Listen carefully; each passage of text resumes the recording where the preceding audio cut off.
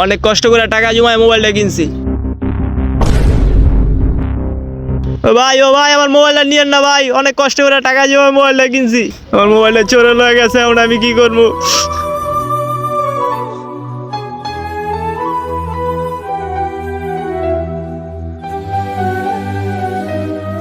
এত কষ্ট কইরা এত টাকা জমে মোবাইলটা কিনলাম, ডিসপ্লেটা চলে গেল। কিরে কি হয়েছে, কান্দস কে? আরে জানোস না, এত কষ্ট করে এত টাকা জমে মোবাইলটা কিনছি, 2 দিন চালাইতে পারি না, ডিসপ্লেটা চলে গেল। একটা ডিসপ্লে গেছে দেখে কান্দা লাগে। তুই কি বুঝবি, নিজে না খায় কত কষ্ট করে মাথার গাম পায়ে ফেলায় মোবাইলটা আমি কিনছি। সামান্য ডিসপ্লে গেছে গে, এই কারণে কান্দতে আসছে। আমি তো ওই লোকটার ফোন নিয়ে আইছি, ওই লোকটা তো এত কষ্ট করে ফোনটা কিনছে, না যা দিয়ে আই ফোনটা।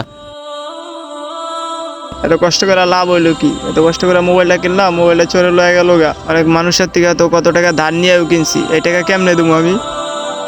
ওই তো ওই লোকটা বইয়া রয়েছে, যাই হারে মোবাইলটা দিয়ে আহি। ভাই আপনার মোবাইলটা একটু আগে আমি চুরি করে লয়ে গেছি গা, আমি ভুল বুঝতে পারে আপনার মোবাইলটা দিয়ে দিতে আসি। কি কন ভাই, আপনি আবার কেমন চোর? আপনার মোবাইল নিয়ে আবার দিয়া গেলেন?